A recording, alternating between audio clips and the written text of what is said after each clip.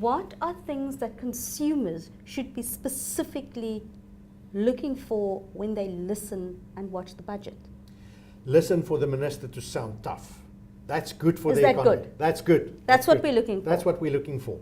Even though, as I say, we also listen out for what taxes he's going to change, and that will impact on different consumers. What are the in different possibilities ways. there? What are the possibilities of the tax changes to come? Well, the top income groups will pay more. That is for sure. In terms of higher marginal income tax rate, they might lift it from 40% to 41 or 42% for those people earning more than 1 million rand a year. So as I say, that's not you and me. So they'll pay more, but he can get a couple of billion from that. A 1% increase in that top marginal rate gives him 2.5 billion. 2 gives him 5 billion. So there's money to play with. Then of course, a capital gains tax, that's also for the rich. If you sell shares or a second house or those things, more capital gains tax could be paid. Or dividends tax. Those people who get dividends from their shareholdings. So those are all at the top end. Those are the easy ones to do politically.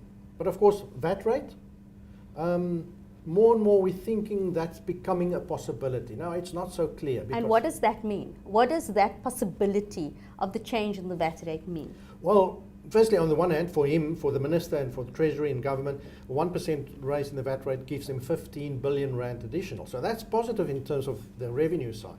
Not so great in terms of us, and the very poor suffer, but we must remember that food is still zero rated, the basic foodstuffs, that's zero rated. And the minister can easily politically sell this VAT rate increase by saying the top end is paying a whole lot more. Yeah. So the poor don't pay VAT on food, and he might then additionally sell it by saying, you know what, the social grants, we raise it by more than inflation this year. So there's possibilities. The other one in terms of VAT that could be interesting, also more on the top end, to sell the 1% VAT rate increase, make a luxury VAT rate. Let's say, argument sake, 30% if you buy your next Maserati or something. So there are ways around that, but we don't know exactly which way they're going, and to have a differentiated VAT rate like 30%. You're making me think twice about buying the next Maserati now. Yes, well, buy it now before the VAT rate increase.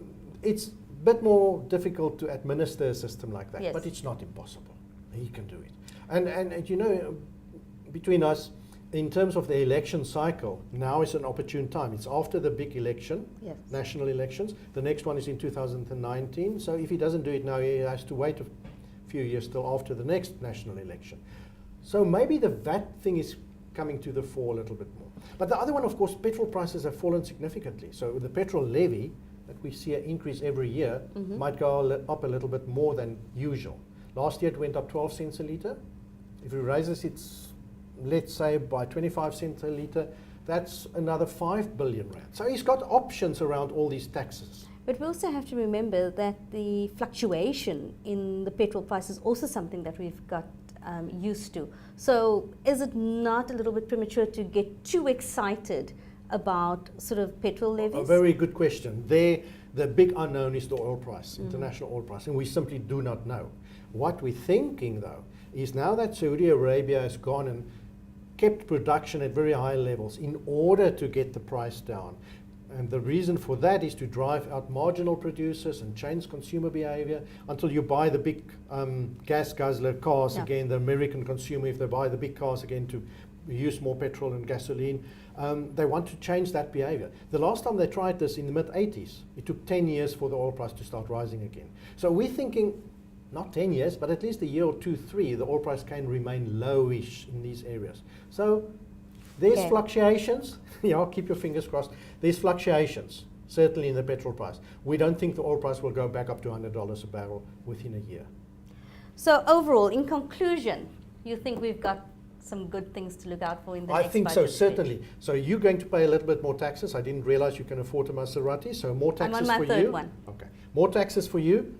But for the overall economy, yes, all of us pay a little bit more, but I think the benefits for the economy in terms of stronger rand, no interest rate increases, all of that will be very positive. So I'm looking forward to this budget more than most in the past. So I think this is going to be positive for the economy. Thank you so much. We hope to get you back here on Budget Day and get a review of what has actually taken place. Thank you very much. Thank you, Johann.